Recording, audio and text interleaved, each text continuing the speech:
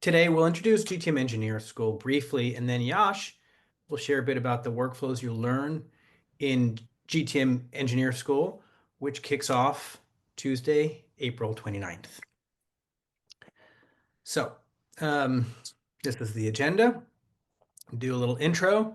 Yash is going to present, and then we'll take some questions. And I am recording this, and I'll share the link to the recording a little bit later today. Okay, about your host. Well, yeah, like I said, I'm Jared, based in the heart of Silicon Valley. My background includes product growth and demand gen. I led growth at Auth0 and ran campaigns at Okta. One constant throughout my career has been a commitment to continuous learning, both for myself and for my team. And I've gotten the most out of structured live learning environments where you can interact directly with experts. This is programs like Reforge, Impact Academy, Pavilion, and Winning by Design. They've all made a big impact on me, and they've inspired how we've designed this course.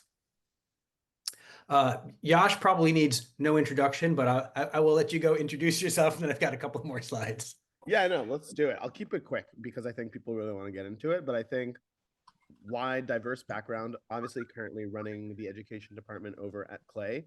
And I think the one anecdote that I'll share is my original background in education also comes from I was working with Alt MBA as a coach.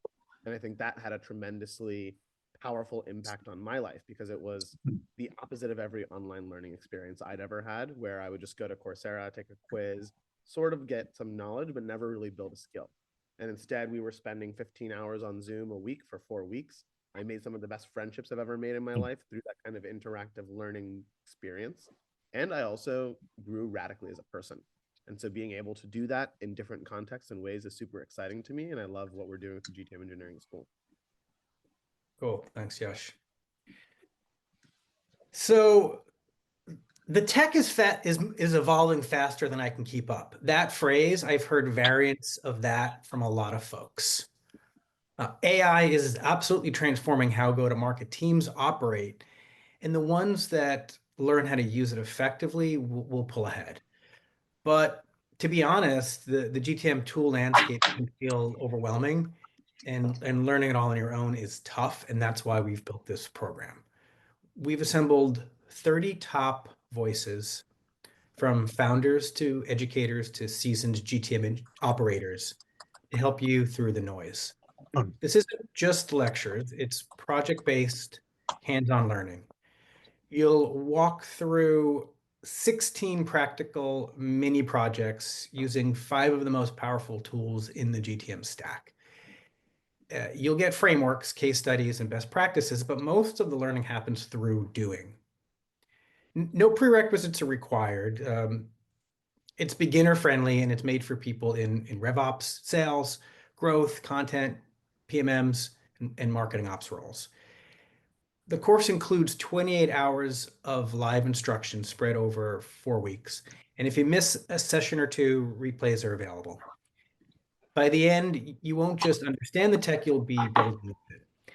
And we're giving you the tools to do it. So for example, 3 months of Octave Core, which would normally cost $450. 2 months of Clay Pro, which would cost you $1,600. Plus credits from Cargo, Lemlist, and AirOps. Altogether, that's going to be well over $3,000 of sort of software included. Go briefly through the 4 modules, and then I'm going to hand it over to Yash.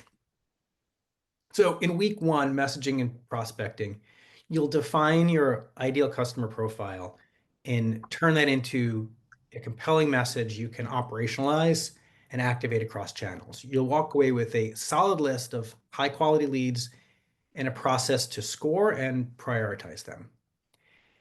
Then in week 2, we get into cold outbound and personalization. And this week, we'll build and automate highly personalized outreach, then optimize deliverability so you can scale your outbound efficiently and effectively. Week 3, agentic GTM automation. It's all about building smart GTM agents, automating research, qualification, and outreach based on product usage or deal lookalikes, so you can spend less time guessing and more time closing. And then week 4, we switched it up a little bit, and this is going to be about AI-led content creation. We're going to wrap up by teaching you how to turn any topic into optimized SEO content and repurpose it into short form and messaging assets, giving you a repeatable system for high leverage content creation. And the TAs are going to be in the Zoom breakouts What? guiding you, folks like Kellen, Patrick, Baby, Eric. do you need something? If you guys aren't speaking, if you could mute Oh, your okay. mic, that would be awesome. Okay, so yeah, so these are some of the TAs that we're going to have helping you, guiding you, and these are experts, practitioners, folks who run agencies, things like that. Okay, so today's focus is going to be in weeks 1 and weeks 2 that Yash is going to go through, and I just put it at the bottom here, and I'll put it in the chat as well. This link, the YouTube link, will have replays of the webinars that we're doing this week and next week and the following week. And then this other link is if you want to sign up for a couple of the webinars that we have coming up. And with that, I'm going to stop my sharing and hand it off to you, Yash. You want to request access?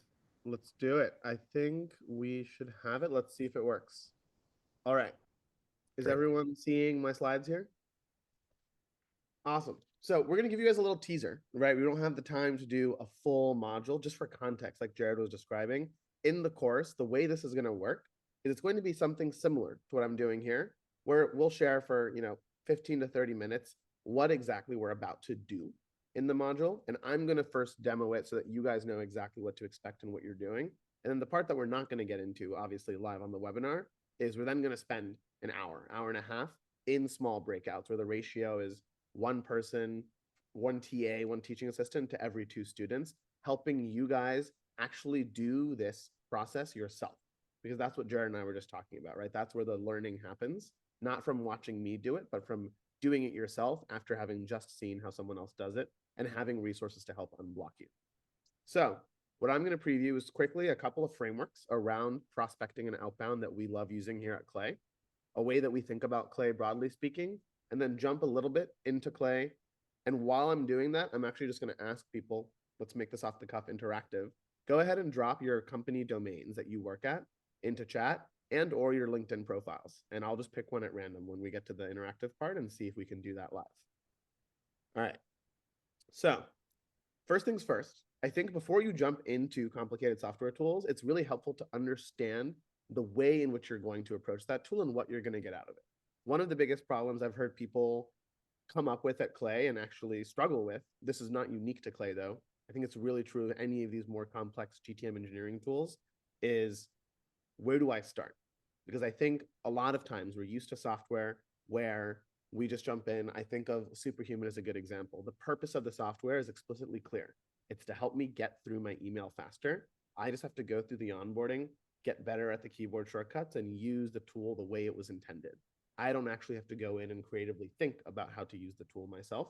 Whereas all of these GTM engineering tools, I think everything in the program, Play, AirOps, Cargo, Lemlist, are a little bit more creative in nature. The tool is only as good as the hypothesis, experiment, or execution that you're going to run through it. And it can be really intimidating if you just enter a blank canvas, a blank workflow builder, a blank Clay table, and you don't exactly know what you want to approach. So I think the best way to think about using these tools is to start with your end goal in mind. There's tons of end goals in Clay. I'm not going to bother going through all of these right now because it's not the best use of our time. I think what's most important is that in Clay in particular, there's always 4 steps, no matter what your workflow is. And using those 4 steps as cornerstone pillars of what you're trying to accomplish will help you understand what order you need to start adding things to your table. So we call this FETE. Couldn't come up with a catchier one. This is the most memorable one because I think it's intuitive, natural, and easy for people to remember. Step 1 of any data workflow. So this is Clay, and this is also just other tools, frankly. I think if you apply this to Zapier, AirOps is a good example, Cargo is a good example, you'll find that it's always the same process. You can't do anything without first having data. So step 1 is you need to find data. And in Clay, the easiest way to think about that, and we'll cover the prospecting piece, I need data about companies. I need data about people. I need data about website visits, signals. There has to be a starting source. So you need to connect your source or you need to search for your source. And we call that find. Then step two, once you have some initial data, I think everyone here is probably familiar with this. Initial data is never enough. You want more data about the people, data you can use for personalization, for relevancy, for targeting. So that's where you need to enrich. Probably the most important enrichments are contact information. If I have your name, your company name, and your job title, I may not be able to don't have your email or LinkedIn, right?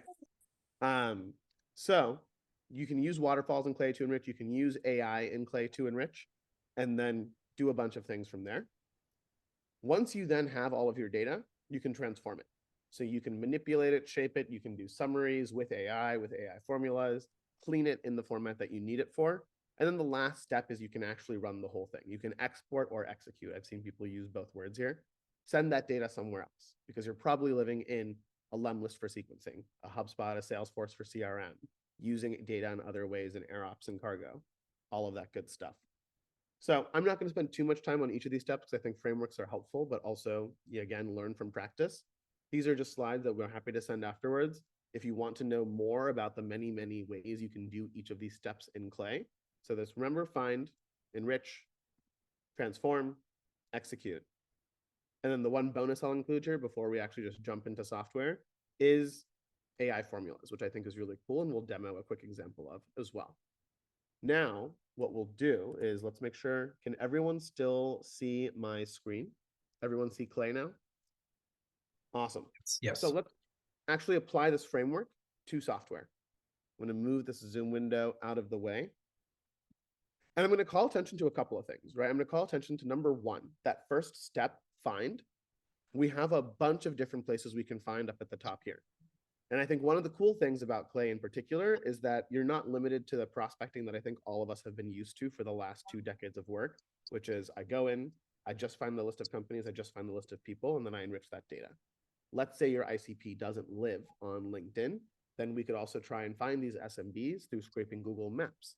If we wanted to find people based on their job changes or job signals, we could do it via job postings. We could even just export and download CSVs. We could scrape the web. All of these are things that we'll cover more in depth in the actual modules in GTM eSchool. But for now, let's go through the quintessential example of finding companies and finding people. Before I jump into it, let's try this live. Let's see if we pull someone from the chat and make this contextual and relevant. So I see, wow, a bunch of companies in here. Let's pick speak.com because I don't know what that is and I'm curious about it. So even within the find companies example, there's tons and tons of ways that we can actually go about trying to create a list of people. So number one, I'm just going to show you once we get into a workbook, I can add a source from a ton of different places. My recent favorite feature that's a little bit in beta, but I think is a cool one to just show off in terms of how AI is shaping go-to-market engineering is we can try and find prospects just based on your company website. You'll notice it's in beta, so let's see how this works live. And I think if we put in speak.com and then add, it's going to take a second to scrape. And I'll explain what this is about to do.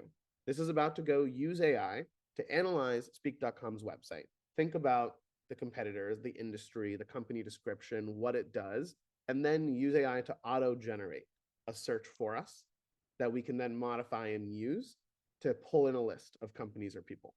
Now, my one thing that I tell people with AI is that I think the one worry I have with AI is that people get lazy in actually building the skills that you need to assess whether or not the quality of this output is good. So that's what we'll cover a little bit more together is how do we think about narrowly building prospect lists? How do we narrowly think about ICPs? In the course itself, we'll actually give you a full rubric on how exactly to think about scoring your list so that it's actually narrowly fit and tailored and targeted. All right, unfortunately, speak.com didn't work. I wanted to see if we could do this live. We'll come back to this in a second, but let's just do this from scratch then. So I'm going to actually go ahead and look at speak.com. Language learning app that gets you talking. You need to speak a language out loud to learn it. Speak users. This is cool. I like this. I have a bunch of friends who have gotten really into Duolingo again recently and been looking for other ways to be building their language skills. Okay. I like this a lot. Someone really you could talk to over AI. Okay. So I'm just going to make this up for the sake of time on the fly. Let's say I am on the sales team at Speak and I am reaching out to employees at software companies with, let's say, headcounts greater than 100, because I am making the assumption that if you work at a software company with a headcount over 100, there's a very high likelihood that you have access to some sort of L&D budget that you could use for a tool like speak.com. And maybe if I wanted to get super specific on my targeting here, I would even try and look for companies where they actually care about training their employees in specific other languages, people who travel often, consultants, people who might be on the front lines in different countries. There's a whole industry of frontline workers needing language training. So let's think about that as our ICP, right? We're starting, keep in mind, with that end goal of I want to reach out to people with a specific business objective. We're going to run through 2 steps just quickly here. Step 1 is we need to find the types of companies that actually have the criteria I was just talking about. So let's jump into find companies. Here, I'm just going to put in software development. I am going to put in company sizes. Let's go for, just to keep it small, and we'll talk about this more in school as well, but the smaller your list, the better, in my opinion, actually. I've seen this over dozens of different companies. Even if you have a large TAM, you want to keep your list size typically less than 3,000, because getting it that small allows you to be more personalized in the way that you're reaching out. If you just grab a list of 10,000 people and there's nothing unique that separates them, you're going to have to struggle more for the creativity on what you do with your outbound. So we'll keep this to greater than 200 for now and then see how else we might want to narrow it. Let's keep it in the United States, because that's probably where those types of L&D budgets are going to be unlocked. And then just to see how this goes, I'm going to test, right, this preview here. And this is some of the art of prospecting that I like to remind people is they get a lot of stress when they look at the screen and they do it the first time. They're like, I have to get it right. You don't have to get it right. This is sort of a continuous learning process in its own right, where, okay, I can now see I've got 5,446 results. So I'm not quite at that 3,000 number. And if I look through this, I can see that, okay, we've got a bunch of companies on here, but we also have still a pretty wide variety of companies. I imagine reaching out to people at ServiceNow, Tableau, Freshworks, Databricks. These are some of the largest software companies in the world. That's going to be a lot of multi-threading. It's going to be hard to find someone with the title that has the same level of power that someone with that same title at a smaller organization might have. For example, a VP of HR at Google is not going to have the same decision-making power as a VP of HR at, for example, Clay. We're 120 people right now. So I'm going to quickly update 2 things on this search, actually. Let's take out the mega enterprises from this list, and let's actually keep it down to just 200 to 500, and we'll even include the 51 to 200. So we're keeping this tight range of companies between 51 to 1,000. Let's see how that changes our list first before I make any other steps. And then while it loads, the other factor that I might play with here is the actual office location, right? It might seem like a small detail, but for example, I'm based in New York. So if I'm doing outbound to a list of companies or people, then I might want to actually do a list of outbound specifically tailored to people in New York and offer some time IRL to meet up. And I can tell you guys from hands-on experience, I just came back from San Diego. People, especially these days in a post-COVID world, love meeting up in person. It's fast, it's authentic, it's genuine, and it creates connections in a way that is just not possible over digital.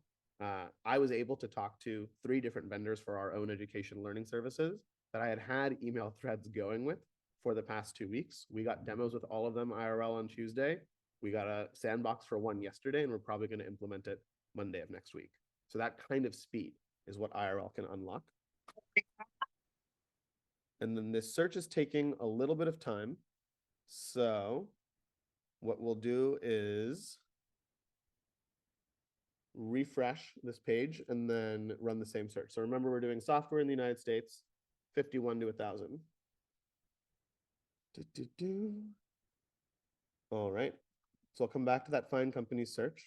We'll come back to software. We will come back to 51 up to 1,000. And then we'll do in the whole United States. Awesome.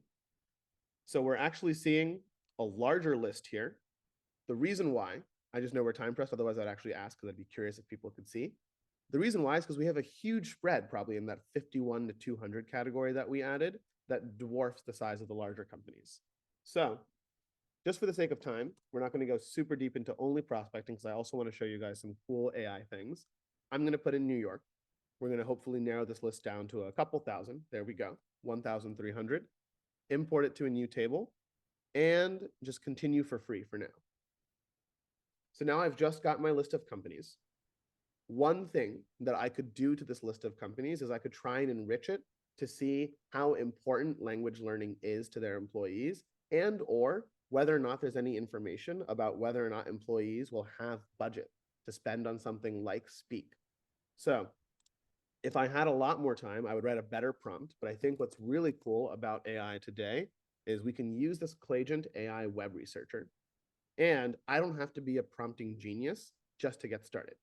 Let's use this help me button. And I'm just going to voice dictate for a second. Help me write a prompt that researches a company website and figures out whether or not the employees at that company have individual or team budget for language learning or other stipends of their own. Do as much research as possible, execute as many steps as possible. Cost is of no object for this task. Also, just because I get asked this all the time, the tool that I just used is not Clay. It is a tool called Whisper Flow. Helps make dictation a lot faster. I'm now going to use this meta prompter. And so what's going to happen is we're using AI to use AI, right? We're having AI take my prompt with some specific instructions and then go generate a prompt of its own and recommend the right model for us to use so that I don't have to become a perfect prompt engineer.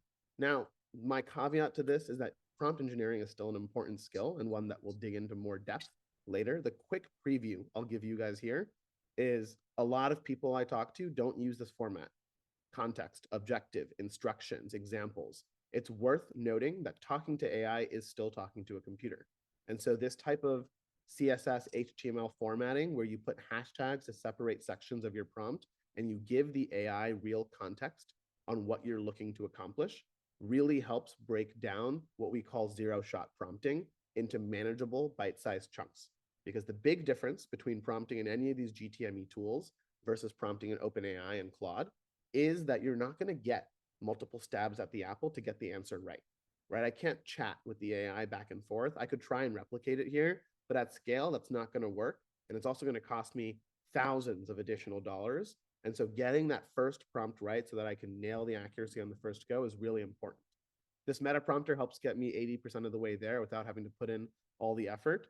But what we would also do in the program is iterate on this prompt because it's probably not going to be perfect. Just to show you guys an example of how this will work, we can look at the prompt here while it runs the language.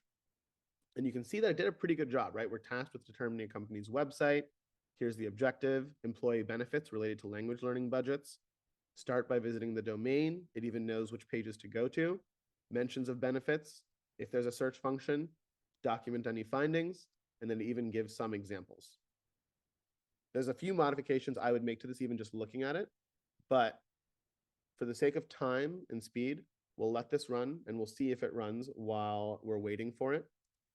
And then the last thing that I will show you guys is finding people, finding contact details. And then I do want to leave it open to questions because that's probably going to be the best place for you guys to actually interact with some of the concepts that we're adding here. And we might have a bug this morning, so apologies for the live demo. But the last thing that we're going to add here is while we wait for these AI results to populate, we're going to go in and we're going to do find people at these companies because it's great to have the companies. I'm going to add some additional information from these companies about it. I can't reach out to a company. I need to reach out to people at these companies. If we're thinking about HR budget, if we're thinking about learning budget, I'm just going to look for, broadly speaking, people who are in human resources and recruiting functions or education functions at these companies. And let's include levels only of, since we have smaller companies, we'll do C-suite, we'll do VPs, we'll do directors. maybe heads as well, actually. And let's just preview this list.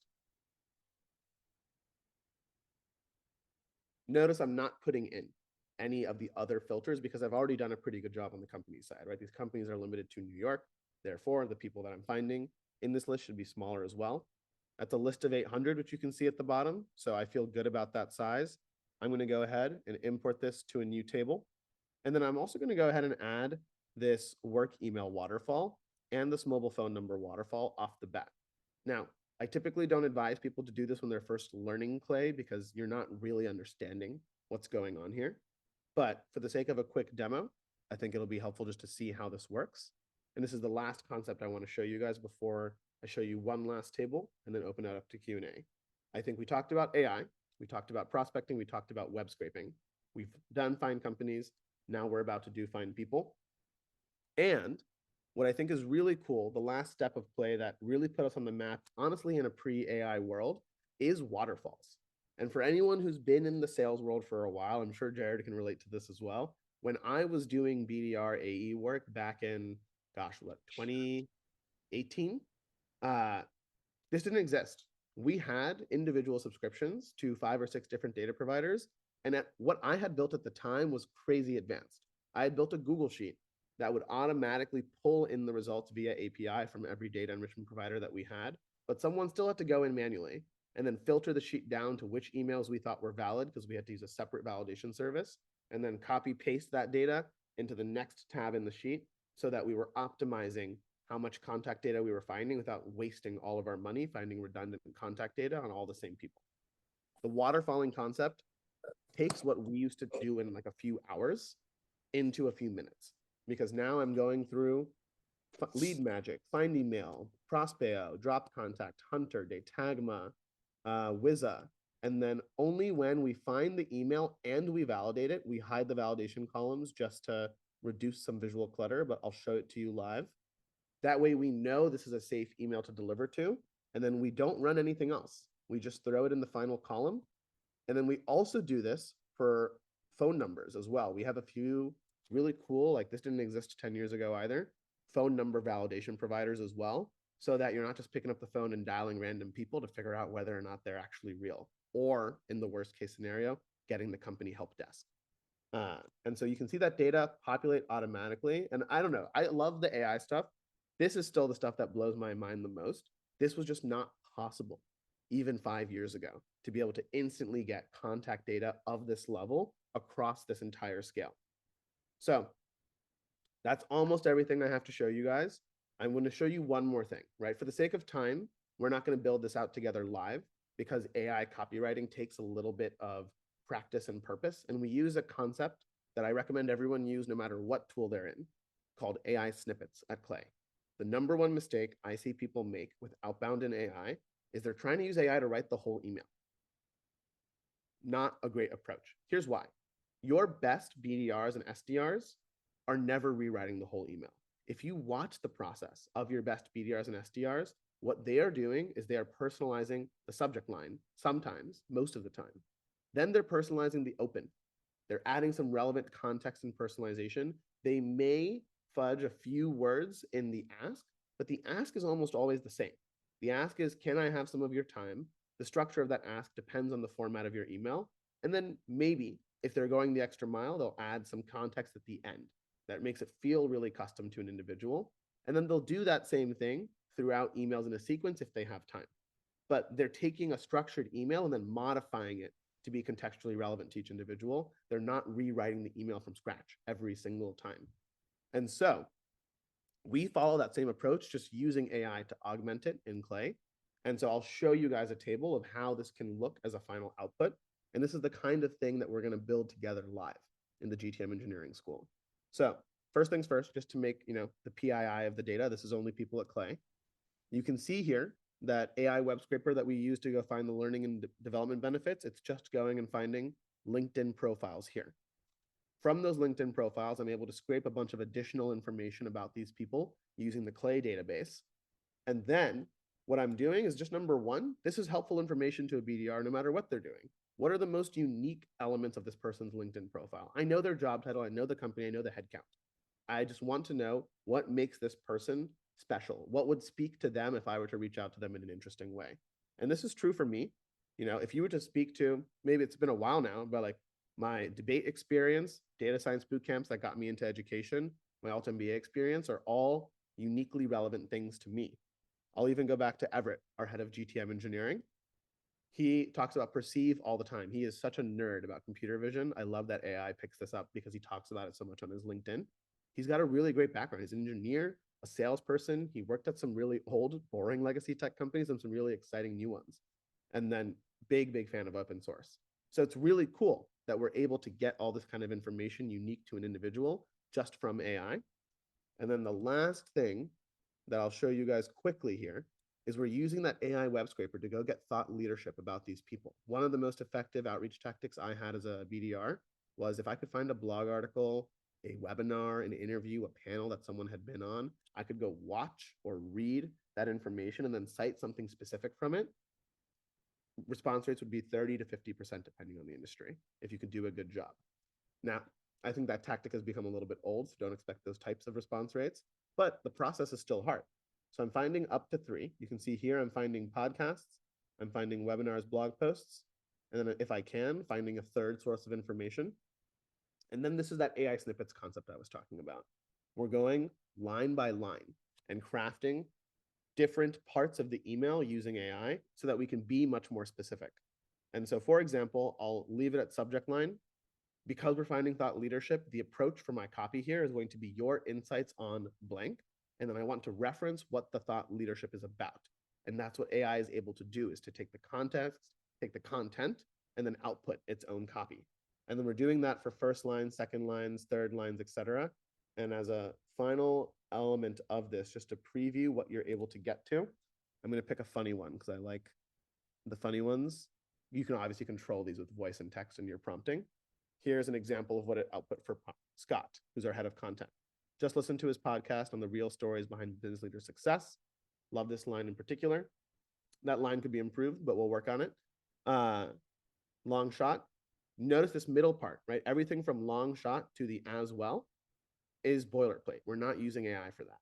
And then this PS here at the end is like a specific one that I've included in university videos. So also don't do this yourself. I think lots of people have tried to do it themselves now, and it's become an old and tired tactic. But it's like, hey, notice this was your undergrad university. What's a specific, unique tradition to that undergrad university? One of my best friends went there, and it was really interesting. And they do actually, all at Michigan State, right, get together in the hallways and scream at midnight before exams to relieve all their stress. So like these small, specific, personal details are what help you stand out. The lesson here, though, is do not just go copy what we're showing you here. And what we'll teach you in the school as well, right, is be creative, come up with these tactics in unique, relevant ways to the people you're reaching out to. And that will help you succeed no matter what tools you're using, no matter how you're doing it. You can do it the manual way, but what we're going to teach you is the way to do it at scale, automatically, using all of these tools. So I took another minute extra than I wanted to, but let's open it up to Q&A. I'm going to stop the screen share for now. Feel free to ask anything. It can be about Clay, so I'll open back up the screen share and answer questions. But my advice to you guys would be ask questions about the program, about what you should be learning, about how this entire environment is changing every week. Like Jared was saying, there's too many tools to learn. And we'll answer regardless. Yash, it's Harrison here. Am I okay to speak, or you want me to put the message in the chat? Yeah, Harrison, I appreciate it. Let's first drop questions in chat since there might be a lot of questions, but then we might have you come off chat just to come explain your question. Does that feel good? Sounds good. Thank you. Of course. Sounds good.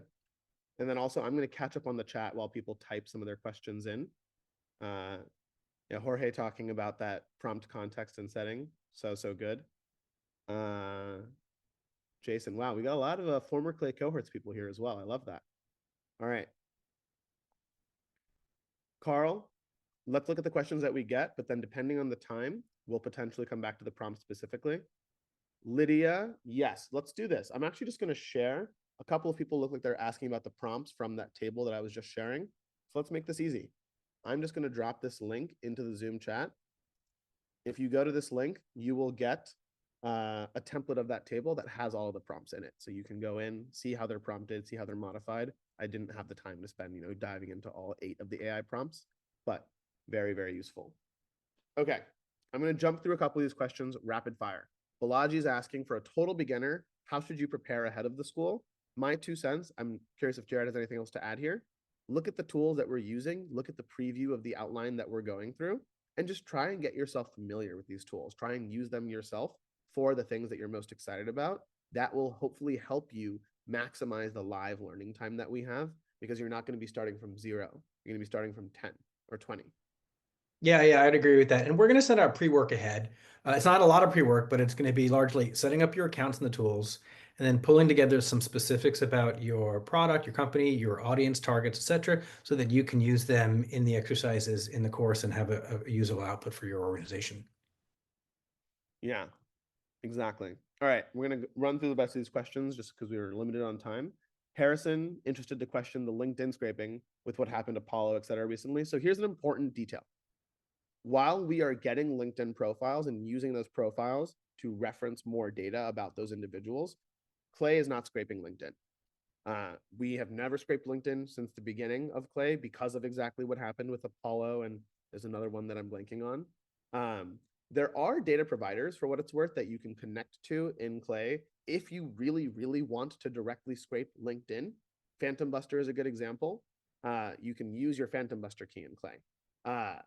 But all the data that you get from Enriched Person or Enriched Company, while it looks a lot like the data that you might have on LinkedIn, is actually not gathered from scraping LinkedIn. So that's a quick question to that. Let's keep going down the list. Nithic has Clay for job hunts, but unique tips or any creative ways to use Clay.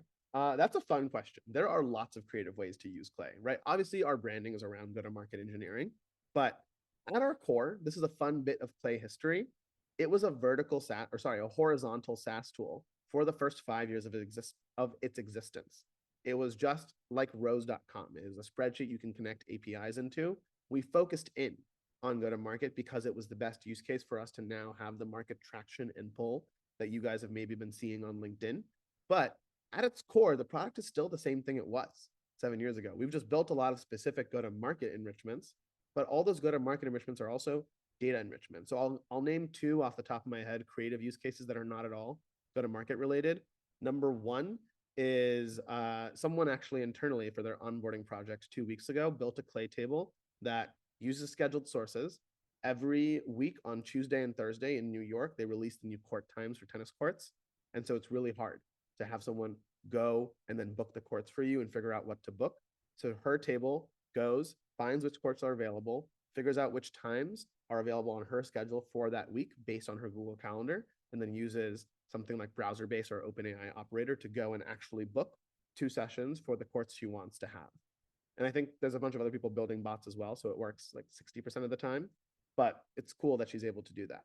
Another one is I actually built a career coach in Clay, where you can input your LinkedIn profile, you can input the next job you're looking for and the things you're struggling with, and then we're going to put it back through Clay, use AI in very specific ways to give you recommendations on what are companies that you maybe aren't looking for right now that you should be reaching out to, who are the people at those companies you should be reaching out to, and what are some suggestions on your narrative or your LinkedIn profile that we would maybe add for the jobs that you're looking for at those companies. All right, busting down this list. Harrison, how does it all work? I wish I could tell you that part is proprietary, unfortunately, but well, happy to share some of the high level brushes and strokes maybe. Clinton, do I see us getting to a place soon where we can personalize at a level where we don't need snippets? That is an interesting existential question. Potentially. I think the biggest thing that I don't really know where we're going to get to is agents. I don't know if anyone saw that Google released, I think yesterday, maybe 2 days ago, an agent to agent protocol, which means you can now have chains of agents talking to each other to execute commands. And so the fact of the matter is anyone who tells you they know what's going to happen in the next 3 months with AI, unless they're like Sam Altman himself, maybe, is probably full of shit. I have no clue what's happening. I am just trying to balance. My philosophy here is balance the state of the art with the state of the practical. So for example, the agent to agent protocol is what I would call state of the art. It's brand spanking new. People don't really know how it works. I played with it briefly last night and was like, okay, it's interesting. It's unlocking new capability. It is still rough technology. I'm not going to implement agent to agent protocol in my tech stack at Clay anytime soon, or maybe soon, depending on how it evolves. We're still going to experiment with what is really reliable to execute on today. So what I would say to your question, Clinton, is maybe I would prepare for a world in which you would need to personalize without snippets. You can personalize more in one call or two calls. And that's kind of why I like Clay. I'm biased, obviously, but you could just take what I had as 6 columns and turn it into 1. We'll do a good job of trying to keep up to date with those technologies and keep your stack flexible enough so that you can evolve with whatever's happening in the tech landscape.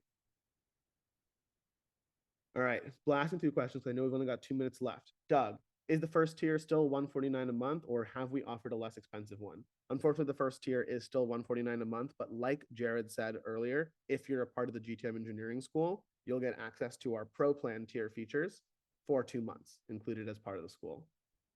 Seamless is the other one. Thank you, Sean. HeyReach is a LinkedIn tool that I do think actually, I'm not a lawyer, so I'm not going to speak to it. LinkedIn's terms and conditions are LinkedIn's terms and conditions. All I know is that we comply with LinkedIn's terms and conditions. There is an official LinkedIn integration in Clay you can use as well, and we can talk about that more in the program. It helps you monitor mentions of your company on LinkedIn. Diana, local business workflows. Starting point is a website or domain, but you have a bunch of local businesses not listed on Google Maps. That's an interesting one. My quick hint to you, Diana, would be I would try Yellow Pages. You can access the Yellow Pages via Appify if you want to get that kind of a data source into Clay. Awesome. Some thanks. Thank you guys. Thank you guys for asking these questions. That's what makes these sessions exciting. Noel, I will think about releasing that career advice tool. I actually did release it a few months ago when I made it, and then it burned through a bunch of AI credits for Clay, and it was just for fun. So I took it off, but I'll think about potentially re-linking it. All right. A lot of people want the career advice table link. Okay, I will think about it. I will think about it for sure. All right, next webinar, 149 confirmed. All right, there's a couple of questions I'm not getting to right now, and maybe more that other people have. But if you've got more, feel free to shoot us a message on LinkedIn or message us in our Clay community Slack, or reach out on the GTM Engineering School page as well. I think Jared posted another webinar, so if you guys want more of this type of content, attend. It is going to be fun. I think everyone teaching is going to be great. And then I'll pass it back to Jared to close us out. Yeah, thanks everyone for participating, for your questions. Thanks, Yash. Great session. And yeah, reach out on LinkedIn if you have any further questions about the course or about anything. Looking forward to meeting you. And thanks everyone for attending. The recording will go out later today. And that's all I got. Sweet. Thank you guys. Have a good one. Enjoy your Fridays. See Take ya. care. Bye-bye.